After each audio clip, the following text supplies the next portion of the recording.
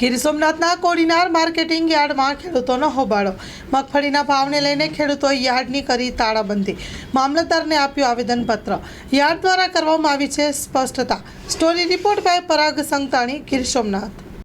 તો એ કે જે ખેડૂત ભાઈઓની ડિમાન્ડ છે કે આપણે ટેકાના ભાવે ખરીદી કરવી જોઈએ, પણ એ કોઈ દિવસ શક્ય ના બને। અને તમારો બીજો પ્રશ્ન છે કે આપણા ભાવમાં બીજા યાર્ડના ભાવમાં શું અંતર છે? તો અમારો ભાવ એપ્લિકેશન ઉપર ને રોજે રોજ બધા પેપરોમાં આવે છે। આપણો ને બીજા યાર્ડોના ભાવમાં કોઈ જાતનો અંતર છે નહીં।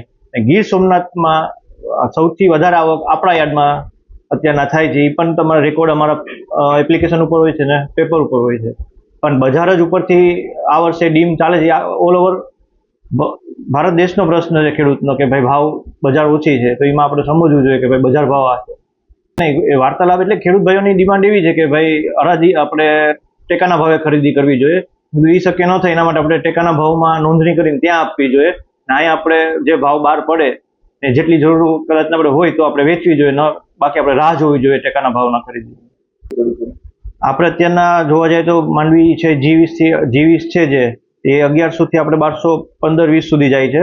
પછી 32 નંબર આપણે જોઈએ તો 1040 થી લઈને આપણે 1100 સુધી જાય છે।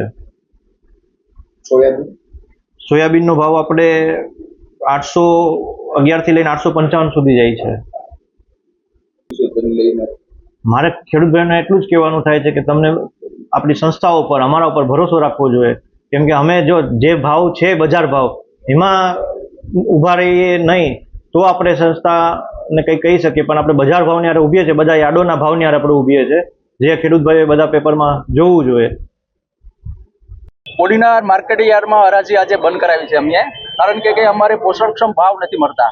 આજની મોંઘવારી પ્રમાણે અમારે જે માંડવીનો ભાવ છે, સોયાબીનનો ભાવ છે, ખેતીના જે મજૂરી ખર્ચ છે એ પણ આ વખતે વધારે છે, તો પછી પોષણક્ષમ ભાવ તો મળવા જોઈએ ને। 800-900 થી સ્ટાર્ટ કરે અને ટેકાના ભાવ સરકારીએ 13,056 બહાર પડ્યા છે, બરોબર? તો પછી એનાથી પણ નીચે ભાવ તો કઈ રીતના અમારે પોષણક્ષમ ભાવ મળી શકે? ખેડૂતોની મજૂરી પણ ખર્ચ એમાંથી નીકળતી નથી, તો અમારે શું કરવું? અમે તો આ પ્રમાણે અમારે ખેતી માટે અમારે બંધ કરવી કે ચાલુ રાખવી કે બંધ કરી દેવું? ખેડૂત માટે તમારે શું કરવું એમ કહો? માંડવી મગફળીના પૂરતા ભાવ મળતા નથી અમને અત્યારે 900 થી 1000, 1050, 1100 સારામાં સારી મગફળીના 1100 માં પૂરું કરી દે છે। ટેકાના ભાવે આપી દો તો શું પ્રોબ્લેમ થાય? ટેકાના ભાવે અત્યારે મજૂરી ખર્ચ છે, ખેડૂતના મજૂરના પૈસા આપવાના, બધાને કઈ રીતના? ત્યાં અમારો વારો ન આવે ઘડીમાંથી, તો શું કરવું અમારે? ગુલશન મુસ્તફા સાર્વજનિક ટ્રસ્ટ આયોજિત 13મી સમૂહ સાદી। આથી આપણે જણાવતા ખુશી થાય છે કે દર વર્ષની જેમ આ વર્ષે પણ ઇન્શાઅલ્લાહ સમૂહ સાદીનું આયોજન કરેલ છે, જેના ફોર્મ ભરવાનું ચાલુ થઈ ગયેલ છે। સમૂહ સાદીના ફોર્મ છેલ્લે તારીખ 10/12/2024 સુધી સ્વીકારવામાં આવશે। સમૂહ સાદી ઇન્શાઅલ્લાહ તારીખ 19/1/2025 રવિવારે યોજવામાં આવશે। ફોર્મ મેળવવા સંપર્ક કરો હાજી મોહમ્મદ રફીક જુસબ બલોચ, ભારત લોન્ડ્રી, જત ટી હાઉસ સામે, મોટા Pir road, Sanjognagar, Bhuj, Kutch. Mobile number 9687314318।